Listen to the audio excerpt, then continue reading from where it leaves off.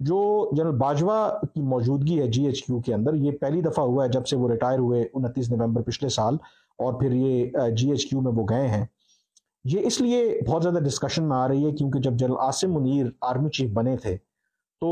ان کے اوپر نظریں تھیں تمام لوگوں کی۔ وہ یہ ڈسکس کر رہے تھے کہ ایک کہ عمران خان کو لے کر کے اور پاکستان کی جو سیاست ہے اس کو لے کر کے وہ کیا پالیسی آگے لے کے چلتے، اور دوسرا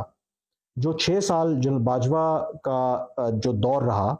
یہ پرسیپشن بہت زیادہ اسٹرانگ ہے کہ آج پاکستان کے اندر جو بھی مسائل ہیں وہ سیاسی طور پر ہوں، معاشی طور پر ہوں اور ادروائز ہوں، اس کا ذمہ دار کہیں نہ کہیں جو ہے وہ جنرل باجوہ ہیں۔ تو ایک جو توقع تھی یا لوگ یہ سمجھ رہے تھے کہ کیا جو نئے آرمی چیف ہیں جنرل عاصم منیر، وہ اپنے جو سابق آرمی چیف ہیں یا جو جرنیل اہم عہدوں پر رہے ہیں ان کے خلاف بھی کوئی کارروائی کریں گے۔ آج جو جنرل باجوہ کی وہاں پہ موجودگی ہے اس سے یقینی طور پر یہ واضح پیغام ان لوگوں کو دے دیا گیا ہے جو شاید یہ توقع کر رہے تھے کہ موجودہ جو آرمی چیف ہیں وہ جنرل باجوہ کے خلاف کوئی کارروائی کریں گے، تو میرے خیال میں وہ احمقوں کی جنت میں رہتے ہیں۔ میں جو آپ کو، میرے لیے یہ حیران کن نہیں تھی بات، اور اس کی وجہ یہ ہے کہ تھوڑا سا میں آج آپ کو ایک بیک گراؤنڈ بھی بتاتا ہوں کہ کیوں جنرل باجوہ وہاں پہ موجود تھے، کیوں جنرل باجوہ اور جنرل عاصم کا آپس میں کیا تعلق ہے۔ دیکھیں، جو فوکس رہا، آپ کو پتہ ہے کہ جو جنرل باجوہ 6 سال آرمی چیف رہے، بہت زیادہ فوکس رہا جنرل فیض کے اوپر کہ وہ ان کے منظور نظر تھے، یعنی کہ جنرل فیض ان کے بلو آئٹ تھے، اس میں کوئی شک نہیں ہے۔ جنرل عاصم کا زیادہ ذکر نہیں ہوا۔ اب جب نومبر 2016 میں آرمی چیف تعینات ہوئے جنرل قمر جاوید باجوہ، یہ بات مجھے اس وقت بھی پتہ تھی کہ جنرل باجوہ کے آرمی چیف بننے سے آپ سمجھ سکتے ہیں کہ اب جو کیریئر ہے جنرل فیض کا وہ یقینی طور پر وہ اس کو ایک بوسٹ ملے گا، اور وہ جیسے ہی، اور وہ بات بالکل سچ ثابت ہوئی۔ اس کی ریزن یہ ہے کہ جنرل فیض نے اپنی جو بیشتر سروس ہے وہ جنرل باجوہ کے ساتھ ہی انہوں نے کی۔ مثلا جب یہ 10 کور راولپنڈی کور کے کمانڈر تھے جنرل باجوہ، تو یہ ان کے اس وقت سٹاف افسر تھے۔ تو یہ بات تو مجھے اس وقت پتہ تھی، یا وہ لوگ جو قریب سے جنرل فیض کو جانتے تھے اور جنرل باجوہ اور ان کا تعلق، کہ جنرل قمر جاوید باجوہ اگر آرمی چیف بنیں گے تو پھر یقینی طور پر ایک اچھی پوزیشن پر جنرل فیض ضرور آئیں گے، اور وہی ہوا۔ ود ان ڈیز انہوں نے انہیں پنو آکل سے اٹھایا اور ان کو ڈی جی سی بنا دیا آئی ایس آئی کے اندر۔ بڑی اہم پوزیشن ہوتی ہے، اور وہیں سے ایکچولی جنرل فیض کی رائز ہوئی، لوگوں کو پتہ چلا جس طرح سے ان کی ویلنگ ڈیلنگ تھی، جس طریقے سے انہوں نے پولیٹیکل معاملات میں انٹرفیئرنس کی، اس سے پھر ان کا ایک نام بنا۔ تو بہت سے لوگ یہ نہیں جانتے کہ عین جب ان کو وہ ڈی جی سی ان کو تعینات کیا تو اسی وقت ہی انہوں نے جنرل عاصم منیر کو ڈی جی ایم آئی یعنی کہ ملٹری انٹیلیجنس تعینات کیا۔ اب یہ جو دونوں پوزیشنز ہیں یہ بڑی اہم پوزیشنز ہیں۔ اس کی ریزن یہ ہے کہ ڈی جی سی اور ڈی جی ایم آئی ہوتا وہی ہے جو آرمی چیف کا ایک خاص اور ٹرسٹڈ جو افسر ہو۔ تو لوگوں کی فوکس تو زیادہ جنرل فیض کے اوپر تھا، لیکن لوگ یہ نہیں جانتے تھے کہ جتنا قریب جنرل فیض جنرل قمر جاوید باجوہ کے تھے اتنا ہی جنرل جو عاصم منیر ہیں وہ بھی ان کے تھے۔ تو اسی لیے شروع میں یہ بھی میں آپ کو بتا دوں کہ جنرل فیض کی یہ خواہش تھی، انہوں نے کوشش بھی کی کہ ان کو ڈی جی ایم آئی بنایا جائے بجائے ڈی جی سی کے، لیکن وہ قرعہ جو ہے وہ جنرل عاصم کے نام نکلا، اور پھر جو جنرل فیض ہیں ان کو انہوں نے ڈی جی سی بنا دیا آئی ایس آئی کے اندر۔ تو بات بتانے کا مقصد یہ ہے کہ جو جنرل باجوہ اور جنرل عاصم کی جو پروفیشنل گروتھ ہوئی، اس وقت جب آرمی چیف یہ تعینات ہوئے جنرل قمر جاوید باجوہ تو میجر جنرل تھے، میجر جنرل سے جو لیفٹیننٹ جنرل بنے اس میں definitely general Asim general Bajwa کا ایک کردار تھا، اور جو ڈی جی آئی ایس آئی بھی تعینات کیا، وہ ظاہر ہے کہ جنرل جو آرمی چیف ریکمینڈ کرتا ہے پرائم منسٹر کو، تو عمران خان صاحب نے جنرل باجوہ کے کہنے کے اوپر ہی جنرل عاصم منیر کو ڈی جی آئی ایس آئی تعینات کیا، اور D G I S I again جو آرمی چیف ہے وہ اسی کا نام ریکمینڈ کرے گا جو اس کا خاص اور ٹرسٹڈ انسان جو افسر ہوگا۔ تو لوگ شاید یہ جو فائنل ڈیٹیلز ہیں یہ نہیں جانتے کہ جنرل عاصم جو ہیں وہ جنرل باجوہ کے بہت زیادہ قریب سمجھے جانے والے افسر تھے اور ایک ٹرسٹڈ افسر تھے۔ اب جب حال ہی میں اگر آپ دیکھیں کہ ایک کنٹروورسی ابھی بھی چل رہی ہے کہ جب ڈی جی آئی ایس آئی کے عہدے سے ان کو ہٹا دیا گیا جنرل عاصم منیر کو، تو آخر اس میں کس کا رول تھا؟ کیا عمران خان صاحب نے ان کو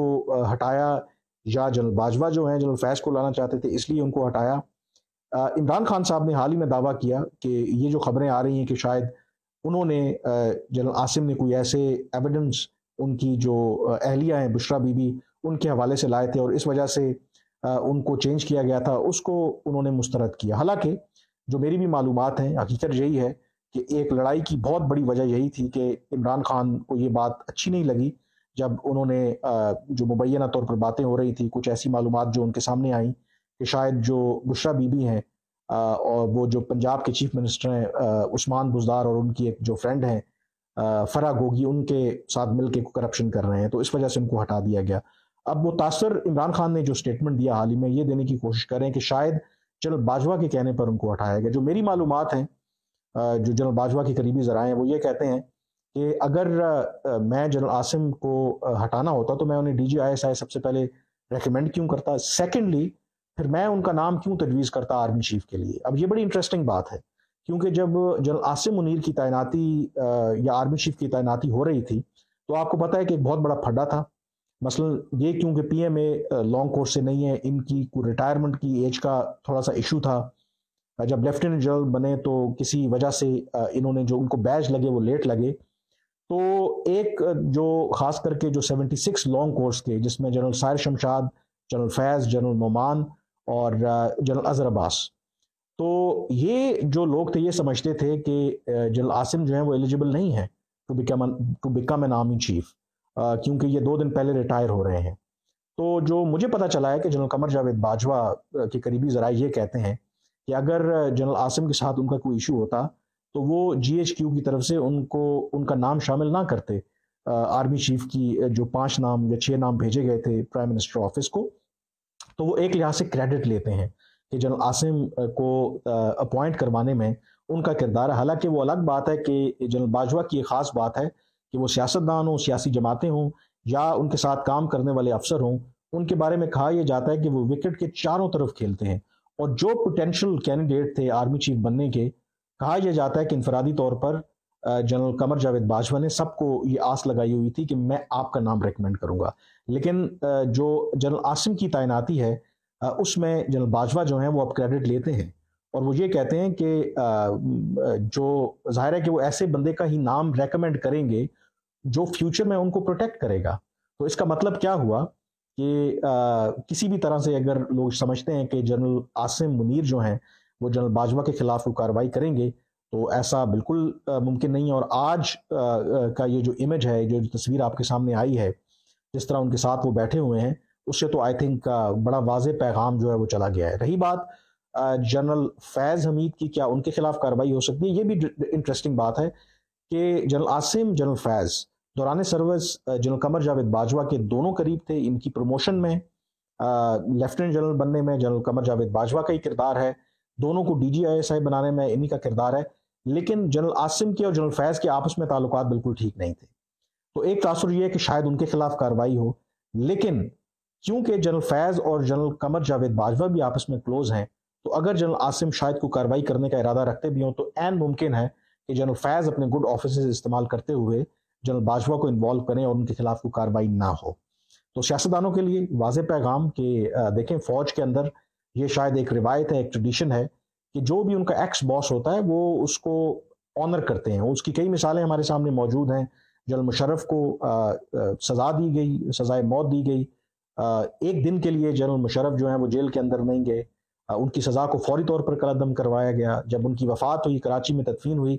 تو سرکاری ان کو پروٹوکول دیا گیا۔ تو message is loud and clear. سو لوگ جو ایکسپیکٹ کر رہے ہیں کہ شاید جنرل عاصم اپنے ایکس باس کے خلاف وہ کارروائی کریں گے، تو I think they should sit down, اور اس طرح کا کچھ نہیں ہونے والا۔ آخر میں ایک بات میں کرنا چاہتا ہوں کہ ساری جو سیاسی اس وقت پاکستان کے اندر دھینگا مشتی چل رہی ہے، اس کی کیجولٹی پاکستان کی معیشت ہے۔ اس وقت معیشت سے بڑا کوئی چیلنج نہیں ہے، فرق یہ ہے کہ تمام تر توجہ ہماری اس کے اوپر ہے کہ عمران خان صاحب کا مستقبل کیا ہے، آرمی جو ایکٹ کے تحت کس طریقے سے کارروائی ہوگی، کیا پروجیکٹ عمران خان جو اسٹیبلشمنٹ ہے وہ ختم کر پائے گی۔ اصل ایشو اس وقت پاکستان کی معیشت ہے۔ اس مالی سال کے جو اہداف جو رکھے گئے تھے، ایک بھی ہدف جو ہے وہ یہ حکومت پورا نہیں کر سکی۔ جو معاشی گروتھ ہے، جو اکنامک جو گروتھ ہے، اس کا جو ٹارگٹ تھا 5%، جو اس سال پاکستان کی معیشت گرو کرے گی وہ 0.3%۔ تصور کریں 5% کا ٹارگٹ تھا، 0.3%۔ اور یہ بھی جو فگر ہے یہ کہا جا رہا ہے کہ اس کو بھی مینیپولیٹ کیا گیا ہے. شاید پاکستان کی معیشت نے کانٹریکٹ کیا ہے, گرو کرنے کے بجائے پیچھے گئی ہے. Doctor Hafeez Pasha renowned economist ہیں, ان کا یہ کہنا ہے کہ پاکستان کی معیشت اس سال 3% کانٹریکٹ ہوئی ہے, یعنی کہ -3% پاکستان کی معیشت ہونی چاہیے. اس کا امپیکٹ کیا ہے؟ جو پر کیپٹا انکم ہے, یعنی کہ سالانہ جو آمدن ہے, اس میں فرق پڑے گا. اس کے فگرز ابھی آنا باقی ہیں. اوور آل جو پاکستان کی جی ڈی پی کا سائز ہے, جو پچھلے سال تھا وہ تقریباً $365 بلین تھا. ان اعداد و شمار کے بعد لگتا یہ ہے کہ وہ کم ہو کر شاید 340 یا $345 بلین تک رہ جائے گا. اور ایک میں آپ کو آئی اوپننگ فگر, اسٹانشنگ فگر دوں. ہم بڑی باتیں کرتے ہیں, 23-24 کروڑ کا یہ ملک ہے. صرف بھارتی جو ریاست ہے مہاراشٹرا,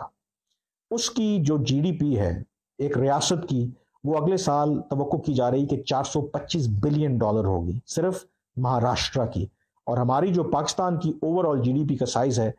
وہ بڑھنے کے بجائے کم ہو رہا ہے. اور دوسرا, جو اسحاق ڈار صاحب ابھی بھی اس بات پر بضد ہیں کہ پاکستان کو جو آئی ایم ایف کا جو پروگرام جو ہے وہ ہم کنکلوڈ کر لیں گے اور پاکستان ڈیفالٹ نہیں کر رہا, ان کے کہنے سے کوئی فرق نہیں پڑتا. اگر آپ اعداد و شمار دیکھیں, حالیہ سالوں میں 2 ملک گھانا اور سری لنکا جو ہیں وہ ڈیفالٹ کیے ہیں. اور ان کی جو لوکل کرنسی ہے اگینسٹ ڈالر, ایون ڈیفالٹ کرنے کے بعد جب انہوں نے دوبارہ آئی ایم ایف کے پروگرام میں وہ گئے ہیں, ریسٹرکچر کیا ہے, اب ان کی جو لوکل کرنسی ہے وہ بہتر ہو رہی ہے. پاکستان آن دی ادر ہینڈ ابھی ڈیفالٹ نہیں کیا ہم نے. ہماری ہی جو ٹریجیکٹری ہے, جو ڈی ویلیویشن ہو رہی ہے روپے کی, وہ سری لنکا سے بھی زیادہ ہے. اب سری لنکا ہمارے سے بہتر ہو گیا ہے. اور جو موجودہ جو حالات ہیں, جو جون میں اگر پروگرام کنکلوڈ بھی ہوتا ہے, پوری طرح کنکلوڈ بھی نہیں ہوگا, تمام اقساط ہمیں ملی بھی نہیں. اسحاق ڈار صاحب جو بھی کہیں, جو پاکستان کی معیشت ہے, پاکستان کو یہ کہا جا رہا ہے کہ ایک long term I M F programme کی ضرورت ہے, کیونکہ اگلے 3 سال کی جو ہماری ریکوائرمنٹس ہیں ایکسٹرنل, تقریباً 35 سے لے کے 42 ارب ڈالر کی بات ہو رہی ہے. اب اگر ہم آئی ایم ایف کے پروگرام میں نہیں جائیں گے تو کون ہمیں اتنے زیادہ پیسے دے گا؟ یہ سوچنے والی بات ہے. تو کہنے کا مقصد یہ ہے کہ جب یہ پولیٹیکل لیول پر یہ دھواں یا بادل چھٹ جائیں گے, یہ ڈسٹ سیٹل ڈاؤن ہو جائے گی, تو پھر ریئلائز ہوگا کہ اس وقت اصل چیلنج جو ہے وہ پاکستان کی معیشت ہے, اور وہی ہمارے مستقبل کا تعین کرے گا. دوسرا, فوج کے لیے, یکجہتی کے لیے جتنے دن منا لیں, فوج بالکل پاکستان کو جو خطرات ہیں مضبوط ہونی چاہیے. لیکن یہ بھی فیکٹ ہے کہ اگر آپ فوج یا کسی بھی ادارے کو مضبوط دیکھنا چاہتے ہیں تو اس کے لیے مضبوط جو معیشت ہے وہ ناگزیر ہے. اور معیشت آپ کی مضبوط تب ہوگی جب آپ کے ملک کے اندر سیاسی استحکام آئے گا. جو موجودہ حالات ہیں اس میں تو سیاسی استحکام آتا نظر نہیں آ رہا. تو اللہ خیر کرے. آج کے ویلاگ سے اتنا ہی, مجھے اجازت دیجیے. اللہ حافظ.